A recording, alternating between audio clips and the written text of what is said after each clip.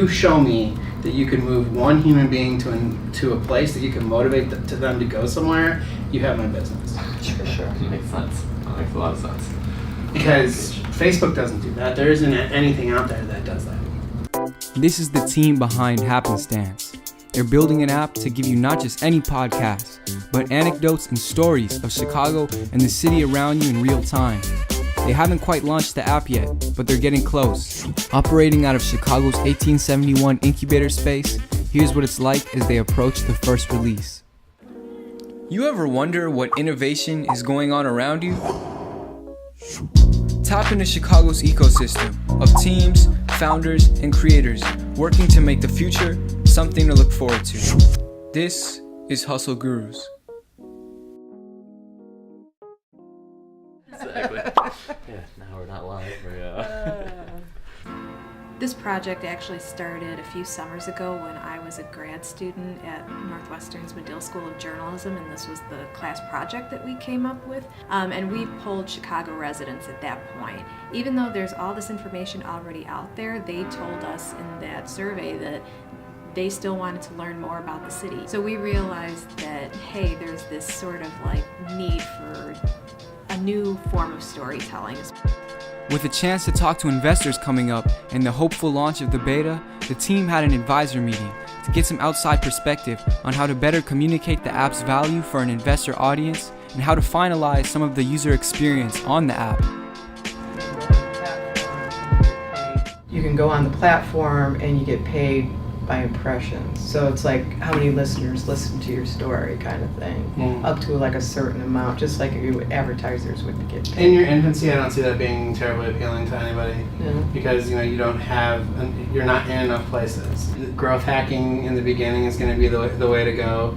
There can be people who could then game the system too, if you think about it. I mean, I know you're trying to put a ceiling on it of most devices.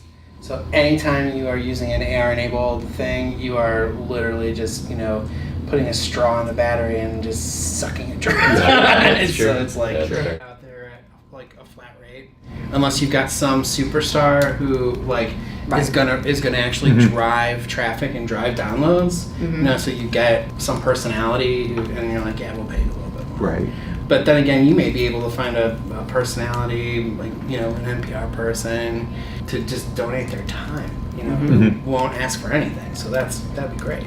And we're hoping that people will use it as a platform eventually rather than just, but we need to build content now, and, when you have an empty platform, you have to entice people in somehow. Restaurants are always like the toughest kind of thing in general. It's awful because half the time too, if it's not there anymore, you've completely removed the reason for why anyone would visit, unless it's some the Billy Goat, which is a place that has transcended food into pop culture. Because imagine the scale at which that would happen. Yeah. If you were to have to go into every metro area, and the shelf life of a restaurant is average 3 to 7 years, and you're constantly having to update that. When we launch, we're shooting to launch in 3 different neighborhoods here in Chicago with 50 stories in each launch neighborhood. And right now, I'm the main person doing the content, so finding enough people to produce that content. Over the summer of 2018, Happenstance had a few journalist interns. But right now, as Stephanie's the only one running around the city and recording interviews to gather content for the beta,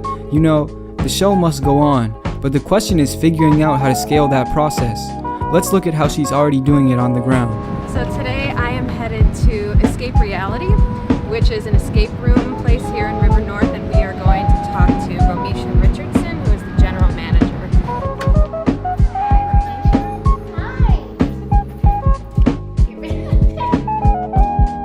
In terms of how we're going about finding our content, so we're starting with beta launching here in River North. I'm basically starting out by kind of just zooming in on a map of River North and looking at some of the interesting sounding places here in the neighborhood, and anything that hasn't been delved into too much so far, I'll contact them for an interview and see if they'll be up for it.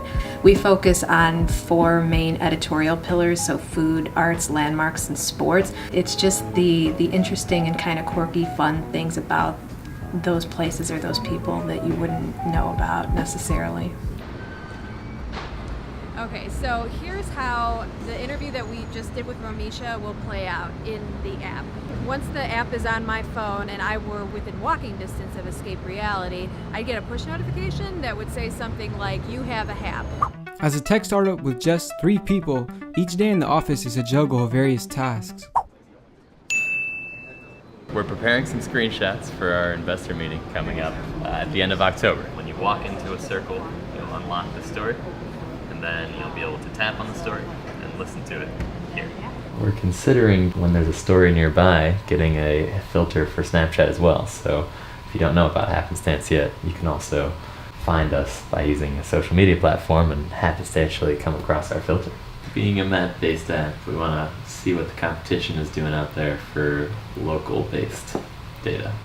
As Happenstance gets ready to launch their beta and officially launch in the spring of 2019, they'll be working to get a sufficient amount of content from Chicago businesses, freelance podcasters to collect that content, and enough demand around the app for that content to be consumed in the first place.